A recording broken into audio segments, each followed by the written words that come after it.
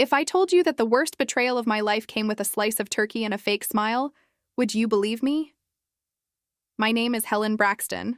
I'm 27 years old, and until last Christmas, I thought I was part of a family. Dysfunctional, yes, but still a family. Now I know I was just the emotional and financial crutch for a group of people who only valued me as long as I kept saying yes. Let me tell you how it happened. It all started with a plate of food and an absurd request. It was December 24th, and as always, I had driven from Portland to Salem for Christmas dinner. Slow traffic, light rain, the radio playing those cheesy end-of-year songs.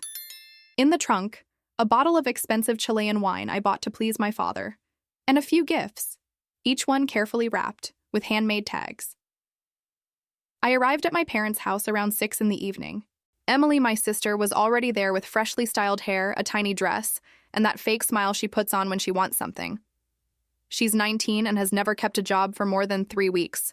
She lives with our parents, doesn't study, parties all the time, and dates guys with cars. And yet, she's treated like daughter of the year. Dinner was the usual. Too much food, too many lights, too much pretending. Our cousins from Southern California acting like their lives are perfect. My uncle asking why I'm still not married. My mother running around trying to make everything look harmonious. In the middle of the meal, while everyone's mouth was full of scalloped potatoes, my dad dropped the bomb. Helen, your sister wants to take a trip to Hawaii with her friends. We think you could help her with the tickets since you're doing well financially now. Silence. A spoon clattered on a plate. I swallowed what I was chewing and smiled. A small, almost sad smile. I'm not paying for that. My mother let out a dramatic, high-pitched, "What do you mean?" Emily crossed her arms and pouted. My dad frowned. Helen, she's your sister. She deserves it. You're the ones who like to spoil her. She needs to become responsible. I'm not paying for anything. It was like lighting a match in a barn full of straw. My parents' tone changed, from sweet to accusatory in seconds. You've always been cold, Helen. Always thought you were above the family. She's your sister. As the older sibling, it's your duty to help. I just sat there, quiet, steady. I didn't raise my voice. I didn't cry. I just looked at them and said, "It was your duty to teach her responsibility, not turn me into the family ATM." The worst part wasn't their response. It was the consensus, the silent agreement among everyone there, except maybe Aunt Monica, who looked away. My mother stood up and her voice trembling with anger said, "If that's how you feel, then maybe it's best you don't come to family dinners anymore." I stood up, grabbed my purse, looked at each of them, one by one, like I was saying goodbye. But I didn't say a word. I just walked to the door and left. That night, back in my small apartment in Portland, I sat on the living room floor with the wine that was supposed to be for my father and a makeshift plate of frozen lasagna leftovers. I cried, not from sadness, but from disgust, from anger, from humiliation. They had used me for years, since I started working at 17. My parents loved to say, "Helen's always been so mature," while asking for help with the power bill, car repairs, the rent. And I gave. Not out of obligation, but out of love. Or what I thought was love. The next day, eyes still swollen, I wrote a letter. Short, precise, cold. I said that starting in January, I would no longer help with any household expenses. That everyone could deal with what they had sown. The response came in 48 hours. My mother called me in tears. The performative kind, full of phrases about ingratitude, about everything they had done for me. "Do you have any idea what you're doing to your mother?" she said, and me, exhausted, just hung up. In the days that followed, I felt a confusing mix. Relief at finally saying no, but also that strange, hollow feeling in my chest. I grew up believing that love in my family came with bills, that giving was the only way to belong. And when I stopped giving, I realized there was nothing left. For months, I ignored all their calls. I distanced myself. I focused on work, on my projects, on the little joys of routine. I even started running, something I never imagined doing. Time passed. The next Christmas arrived. And against my better judgment, I decided to go back. Not out of longing, out of hope. A part of me still wanted to believe there would be an apology, some form of recognition. The house was the same, the faces, the same. The coldness? Worse. My parents didn't say, "Good to see you," didn't ask how I was. They just sat at the table, and at one point my mother said, "I hope you reflect on everything you've caused." I looked at her, then at my father, and finally at Emily, who rolled her eyes. And then, with a calm that surprised even me, I replied, "I have reflected, and I've come to the conclusion that I'm never coming back here." I stood up, no tears, no hesitation, closed the front door with a dry click. And in the car, on the way back, I felt something I'd never felt before. Freedom. It was on that drive back, with the Christmas lights fading in the rearview mirror, that I realized this was just the beginning. The pain became a wound, the wound became a scar, and the scar became fury. Not loud, not impulsive, cold, clear, deserved. I didn't just want to leave. I wanted them to feel it. The first thing I noticed after cutting my family out of my life was the silence. Not the light kind, the kind that comes with peace, but a heavy, dense silence, like someone had turned off all the lights in a room and left me alone with the walls. For years, my routine had been marked by messages from my mother asking for something. "Helen, can you check with your bank about the credit card limit? Your sister needs a dress for the dance. Can you help? The heater broke. Your dad is calling the technician. But can you cover this month early?" They seemed like small things, and that's what kept me tied down, the smallness. It always felt minor, a gesture of love, a favor between family members. But when all of that disappears, you see the hole it leaves behind. In the first few days after that final Christmas, I thought about writing something. Not an apology, I never felt I owed one, but maybe an attempt at reconnecting on different terms, rational, grown up. But then I opened my email and saw a message from my mother. Subject, "Are you happy now?" It was long, chaotic, a mix of emotional manipulation and theatrical resentment. She accused me of destroying the family, of humiliating my sister, of breaking the trust they had in me. There was one sentence that echoed in my head for days. "You've always been cold, Helen. You weren't born with a heart." Funny. I gave them my whole heart for 27 years. I only stopped when my heart stopped beating for me. I deleted the message without replying. What kept me standing was routine. Work saved me. I'm a data analyst at a tech company, and by some twist of fate, I was involved in a project dealing with pattern recognition systems, algorithms that detect repetition disguised as randomness. That's how I started seeing my family, like a broken system that masks abuse as love, exploitation as duty, silence as peace. It was around that time Dana came back into my life. A cousin on my father's side, she'd been more or less exiled from the family years ago when she came out and refused to attend religious events. The last time we saw each other, I must have been 18. She was 22. I got a message from her on LinkedIn. "I saw your post about emotional independence. Just wanted to say I get it. We should talk." We met at a cafe near my work. Dana looked different, more confident, more grounded. She had a bold haircut and a straightforward way of speaking that I envied. "Your mom said a lot about you after Christmas." "I can imagine. Said you lost it, became some kind of radical feminist, abandoned the family. The truth doesn't fit well in their little play." She laughed, and that was the first real laugh I had in weeks. It felt like sunshine after endless gray days. We talked for 2 hours, and at the end of it, I said something without thinking. Sometimes I want to tell everything, expose it all, but I feel childish just for thinking it. Childish? Helen, sometimes telling is the only thing left for someone who's been silenced their whole life. That night, I went home with my heart racing. I opened my laptop and created a new anonymous account. Blog name, The Responsible Daughter. Simple layout. White background, black font. One single post on that first day. Do you know what it's like to be the daughter and also the parent to your own parents? The post was short but honest. I wrote about growing up hearing that my sister was special, sensitive, needed care, while I was strong, smart, the one who could handle everything. The post got a few views in the first days, but each view felt like a breath, a return to life. The following posts came naturally, as if I were cleaning old wounds with pure alcohol.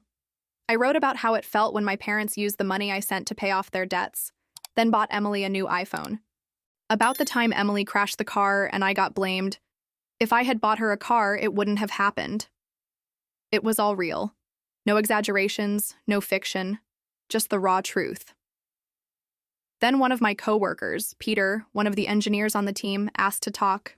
He had read the blog without knowing it was mine, recognized the details by chance. Helen, if you really are writing this, I want you to know something. You're not wrong. I told him everything. For the first time, outside the virtual world, I said it all out loud, without downplaying anything. He listened with a kind of respect I wasn't used to.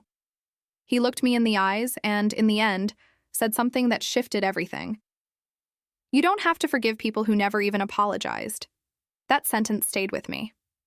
A few days later, Dana sent me a screenshot. Emily had created a crowdfunding campaign to go on a healing trip with friends and recover from the trauma caused by her sister. The title was, Getting My Joy Back. The description was a sick distortion of the truth.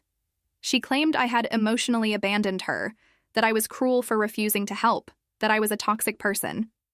And worse, she posted a childhood photo of us with the caption, "She used to say she loved me. Now she won't even look at me." I stared at the screen for several minutes, and I swear I felt something die inside me. Not sadness, not even anger. Something deeper, a conviction. They wanted to tell a story. That's fine. I had one too. Only mine was real. The moment I saw Emily's fundraiser, I realized it wasn't just about money. It never was. It was about control. Image, narrative. They couldn't stand the idea of losing the obedient daughter, the one who solved problems, gave in, and held up the invisible family structure. When I stopped being that person, the only way they found to deal with it was to turn me into the villain of the story. So I made a decision. If they wanted war, I'd give it to them. But on my terms, no scandal, no shouting, with precision. The first step was to study the battlefield. I discreetly started following Emily's social media again. Everything was public, typical of her. Instagram, TikTok, Twitter. I saw that besides the fundraiser, she did sponsored posts for questionable clothing brands, sold access to a female self-esteem group, and promoted shady raffles with prizes that clearly didn't exist. All with the influencer lifestyle aesthetic, but the depth of a puddle. I joined the private Telegram group where she sold personal development courses for $70. The content? Poorly written PDFs with phrases like, "You are your own wealth," and "men pay for women who value themselves." It was a mix of cheap coaching and emotional manipulation. I already had enough material to destroy her public image, but that wasn't what I wanted. That would be too easy, too superficial. I wanted her, and all of them, to feel what it's like to be dismantled from the inside, piece by piece. I began talking to people in her circle. I did this with a fake profile, assuming the identity of a woman named Chloe, interested in female partnerships. A few well-targeted messages were enough for Emily to add me to internal groups and include me in more private conversations.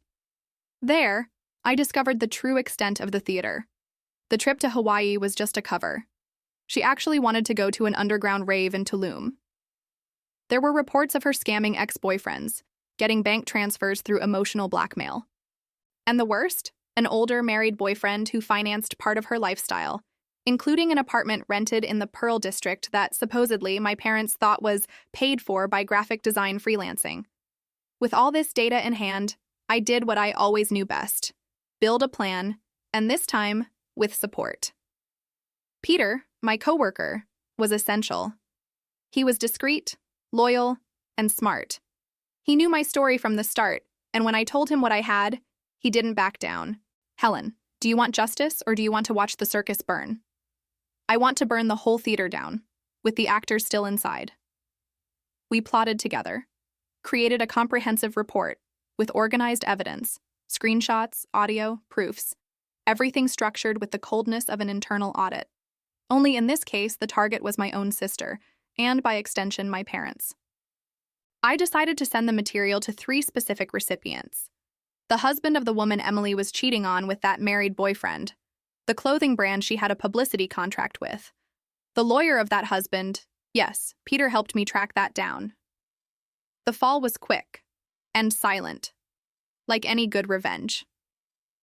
In less than a week, the fundraiser account was reported and removed. Emily's main Instagram profile was taken down for violating usage guidelines.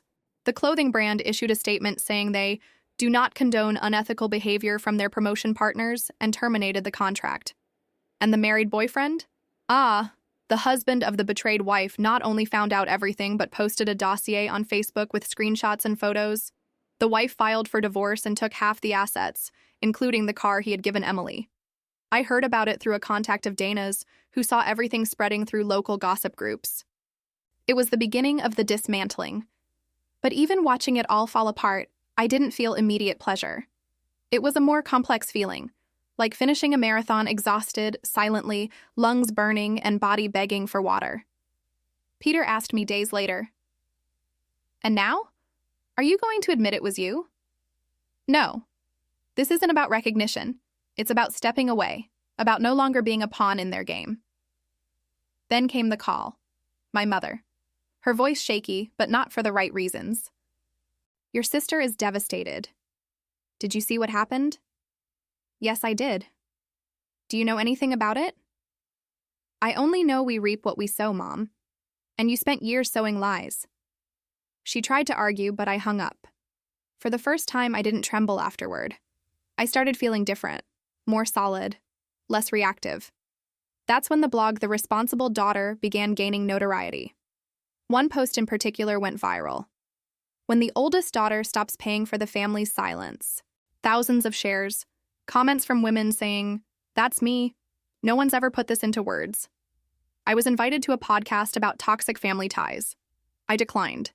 It wasn't time to show my face yet, but I started thinking, maybe my story could serve a purpose bigger than just returning the pain. And that's when the idea that would change everything came. What if I created a space for other daughters who carried the family's love with their own soul? A project, a refuge, a mirror. But before that, there was one last thing I needed to face. My father. He hadn't spoken during all of Emily's downfall. No messages, no calls, silence. The same passive-aggressive silence as always. I needed to hear him, not out of longing, for closure. So one Saturday afternoon, I parked in front of the house in Salem and rang the doorbell. Part of me still hoped he would open the door with a look of understanding, that he would say, even with a low voice, "You were right." But he opened the door with a hard face, cold, and said, "What are you doing here?" Understanding how far your cowardice goes. He looked at me with that same look he always had. Not hatred, not love, a restrained superiority from someone who still believes they're right, even after everything. "You should leave," my father said. "You still think you have that power over me?" He didn't answer. He opened the door wider and stepped outside, crossing his arms on the porch. He looked around as if my car parked in front of the house could contaminate the neighborhood. The house I grew up in looked smaller now. The living room curtains were closed, the garden was poorly kept. And yet, my father kept up the act, as if everything was still in its rightful place. "Your mother is sleeping," he said dryly. "I didn't come to see her. I came to see you." Silence. "You knew everything, didn't you? About Emily's lies, the scams, the money requests?" "Of course I knew. And still, you left me to carry it all alone. That was your role." The phrase hit me like a dry punch. No soundtrack, no dramatization, just the naked, cruel reality of a father who was never a father. I felt the blood recede from my fingers. My skin went cold. I wanted to scream, but I didn't, because something stronger was crossing through me. I didn't need him anymore to validate my pain. You think being a daughter means supporting the family's lies? But I don't support anything anymore. Not the bills, not the silences, not the made-up versions. You caused all this. You tore our family apart. Our family was always a theater. I just turned off the stage lights. He stared at me. For the first time, I saw something break on that marble face. A cheek muscle twitched. His tired eyes looked down. But he didn't apologize.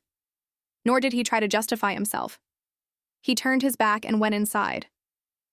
And I stayed there, on the porch step, alone with my past. That night, I cried. Not out of regret, nor anger, but mourning. Because I understood once and for all that my father never wanted to know who I really was. He only wanted someone who fit the mold he imagined, obedient, sacrificial, invisible. The following week, I launched the project, a website called Daughters in Ruins. It was a space for women who had sustained broken emotional families. Texts, testimonies, anonymous forums. The idea was simple: to give voice to what had always been swept under the rug. The success was immediate. I received stories from women in Idaho, North Carolina, Nevada, New Jersey, all describing eerily similar patterns: blatant favoritism, guilt as a form of control, demands disguised as love. I also received veiled threats, fake accounts commenting that I was defaming the institution of the family. They even tried to discover who was behind the site, but I protected myself. Anonymity was my trench. The space wasn't about me, it was about us, about the voices that had never been heard. Dana became my partner in managing it, and Peter, increasingly close, was the one who suggested I give a secret lecture to a group of family therapists studying emotional abuse patterns within functional homes. "You're the case study no one dared to document," he said. I accepted. I went, told my story in a small room, low light, with people who listened without judging. I told everything, even the darkest details. An elderly therapist approached me at the end and said, "You saved other women by telling this. But I didn't save myself. Not yet, but you're on the way." Leaving that lecture, Peter grabbed my arm. "Have you thought about putting your name in front of the project? And become a target? Or become a reference?" I took the idea home, and for the first time, I considered it. My face, my name, my real story. That same night, I received an email. Subject: "Did you win?"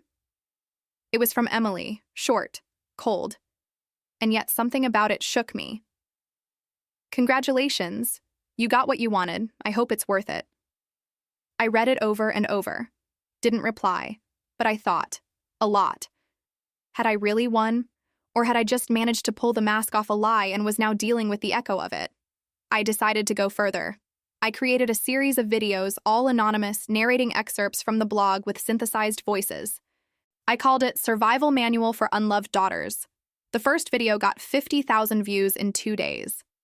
I received an avalanche of messages, some supportive, others attacking, but one in particular broke me inside. It was from a 15-year-old girl named Katie. "I found your site by accident. I live with my parents. Everything you describe is my life. I want to run away, but I'm a minor. Thank you for making me feel like I'm not crazy." It took me hours to stop crying. There I understood the weight of the story I carried. It wasn't just revenge, it was exposure, it was a map, it was a beacon. But even with all that, the doubt remained in me like an untreated crack. What would remain of me after all this ended? The phone rang. It was Dana. "Helen, there's something you need to see." She sent me a screenshot. Emily had created a new profile. She was reinventing herself as an emotional resilience coach. She used phrases from my blog, adapted, distorted. She was feeding off my pain. Again. And for the first time in months, I felt fear. That night, after seeing the screenshot Dana sent me, I didn't sleep. I stared at the ceiling, feeling my whole body vibrate with a cold fury, the kind that doesn't scream, that doesn't break anything, the kind that builds silent bombs. Emily had crossed a line I didn't even expect her to have the courage to cross. She didn't just ignore the consequences of what she caused. She used my pain, my story, my words, to sell the same old false image, only now with a more profound veneer. The caption of her post said, "I've learned from my mistakes. Life taught me the value of family and rebuilding. My new course starts next week. From trauma to light. She used phrases I had written on the blog. Just changed a few words, but the tone was the same. The content, plagiarized. The visual style, identical. It was as if she had dissected me and reassembled the pieces in another package. I almost wrote to her, had the text ready. Don't you even have the dignity to invent your own lies? But I deleted it. Because if there was one thing I'd learned, it was that you never fight someone drowning in their own reflection. You cut off their oxygen supply. The next morning, I went to Peter, showed him everything. He was silent, serious, analyzing the screenshots. She's trying to reclaim territory, using my blood. Then let's show her you're still alive and armed. Together, we filed a formal cease and desist notice for plagiarism and misuse of intellectual property. But more than that, we activated the network that Daughters in Ruins had created. We posted a text, anonymous of course, denouncing profiles that were appropriating others' pain for personal profit, without naming names, but making it clear. Immediately, our followers began to recognize the pattern and report it. Tag, share. Emily's profile was taken down in 3 days, but I knew she wouldn't stop there. The following week, I received a message through the anonymous form on the site. It said, "Your story is fake. You destroyed your own family. Women like you should lose the right to speak." The IP was masked, but Dana identified the text was sent from the same region where Emily lived, and the choice of words was familiar. It was her, or someone very close. That was when I realized something that changed everything. Emily didn't just want to defend herself. She wanted to delegitimize me, invalidate my pain, make my truth questionable. It was the last resort of those cornered. Make it seem like the victim is the liar, and I understood, with brutal clarity, that the only way to stop this was to remove the anonymity. I went to my room, opened my laptop, went to the site, and wrote a new post. Title: My name is Helen Braxton, and this is my story. In the text, I told everything, from the beginning. The unequal childhood, the pressure, the favoritism, the betrayal at Christmas dinner, the exclusion, the emotional manipulation, the rupture. I told it all. I signed it with my name and posted a photo of my face. Simple, no makeup, no pose, steady eyes. Dana called me half an hour later, crying. "You did this for all of us." No, I did it for myself, but if it helps you, that's a bonus. The reactions were overwhelming. Hundreds of comments, women sharing similar stories, men saying, "This opened my eyes about how I treated my daughter," psychologists asking permission to use the text in classrooms. And then came the media. A small independent journalism site got in touch. They asked for an interview. I agreed. I spoke about everything. No sensationalism, no hiding pain. The article's title: The Daughter Who Said No, How Helen Braxton Stopped Supporting a Family Built on Her. 2 days later, I was invited to a live stream with a renowned author who spoke about family emotional abuse. The audience was huge. During the broadcast, I saw a comment pop up that made my body freeze. "Liar! You destroyed everything." It was from Emily's new profile, with another name, but the same voice. The host saw it, read it aloud, and asked, "Helen, do you want to respond?" I took a deep breath and said, "I don't need to respond to what comes from someone who never saw me as a person, only as a resource. The truth doesn't need to defend itself. It just needs to endure." The live stream exploded, the community grew stronger, and Emily disappeared again. I, on the other hand, was invited to write a book. The contract arrived the following week, but the most important thing didn't come from the publisher. It came in a letter. Yes, a letter. Handwritten. It was from my mother. "Helen, I read what you wrote." I had to read it 3 times. I didn't know half of it, and the rest I pretended not to see. I don't know if I deserve forgiveness, but I had to say, "You had the courage I never did." I cried, but didn't answer. Not yet. Because forgiveness isn't a currency to exchange, it's a path, and I'm still walking it. That night, while looking at my reflection in the mirror, I realized something strange. I looked younger. Or maybe just more whole. For the first time, I wasn't the good daughter, nor the ungrateful sister, nor the villain of Christmas dinner. I was just Helen, and that, after everything, was more than enough. But Emily still had one last card up her sleeve, and she was about to play it. I thought she had backed down. That maybe, after the exposure, the backlash, the ruthless comments on social media, Emily would finally have understood. There was no more stage for her here. But as always, I underestimated her hunger for control. The email arrived on a Sunday morning, like a gift wrapped in paper too pretty to hide something rotten. Subject: Can we talk?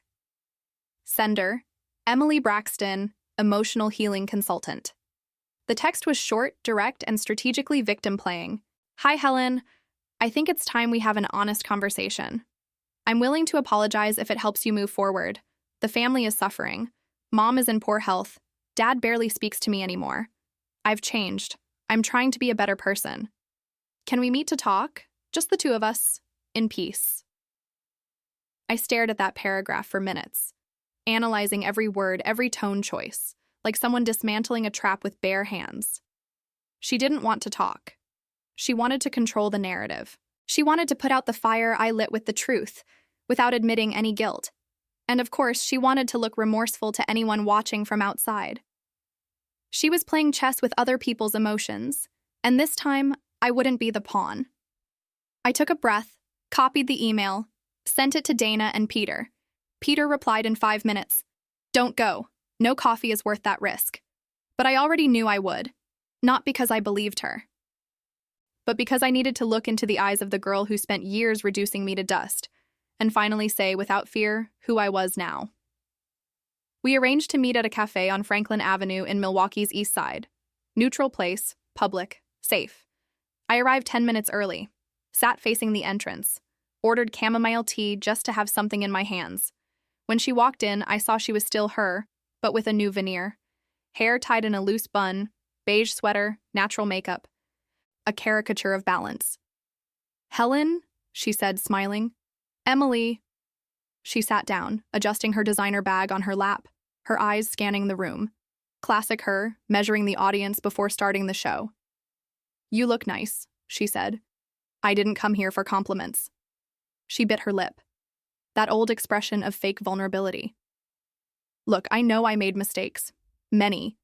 And maybe I exaggerated in some versions.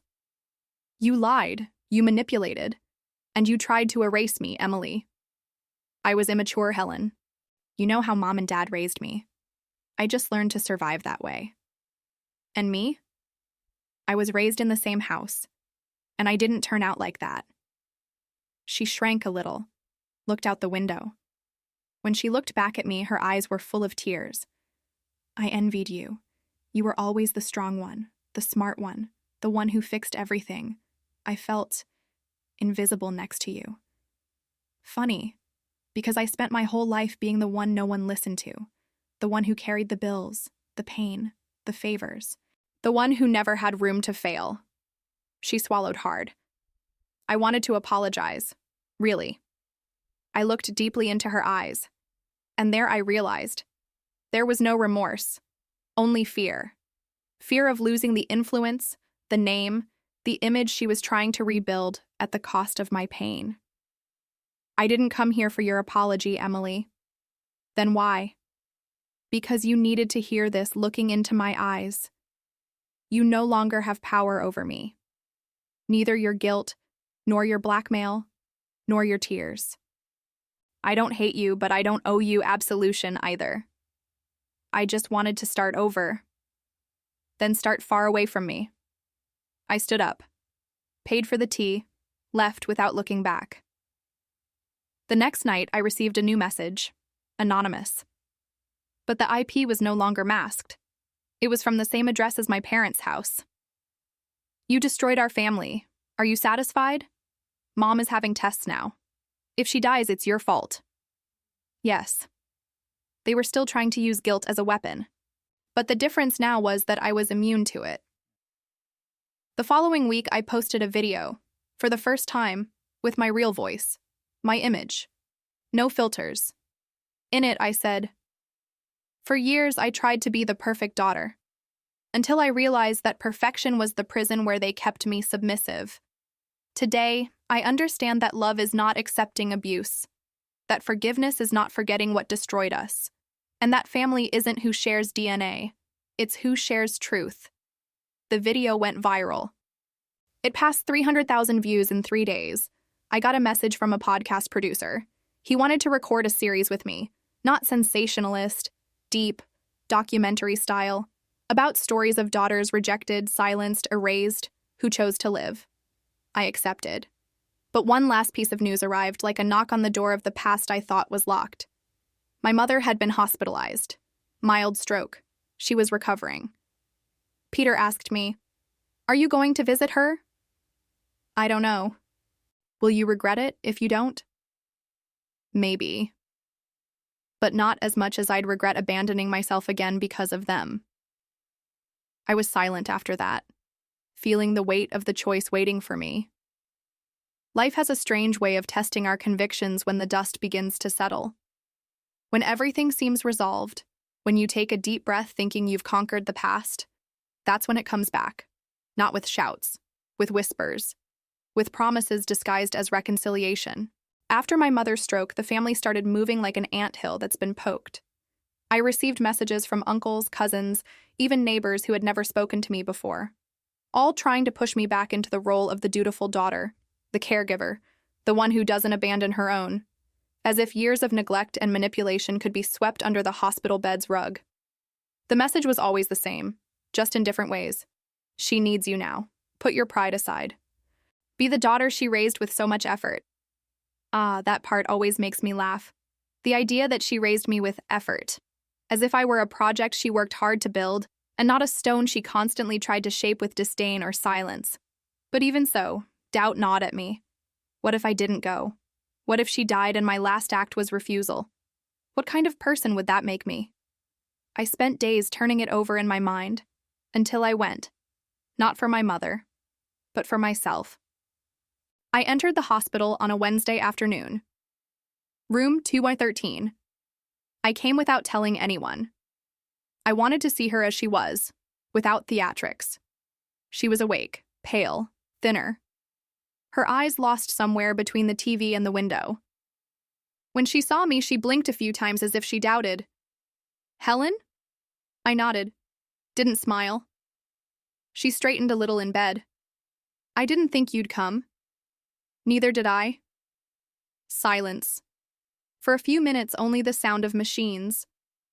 "The doctor said it was mild." "Thank goodness." She nodded, looking at her hands, now thin and trembling. "Did you come to forgive me?" she asked, not looking at me. "No, I came to see with my own eyes that you're alive.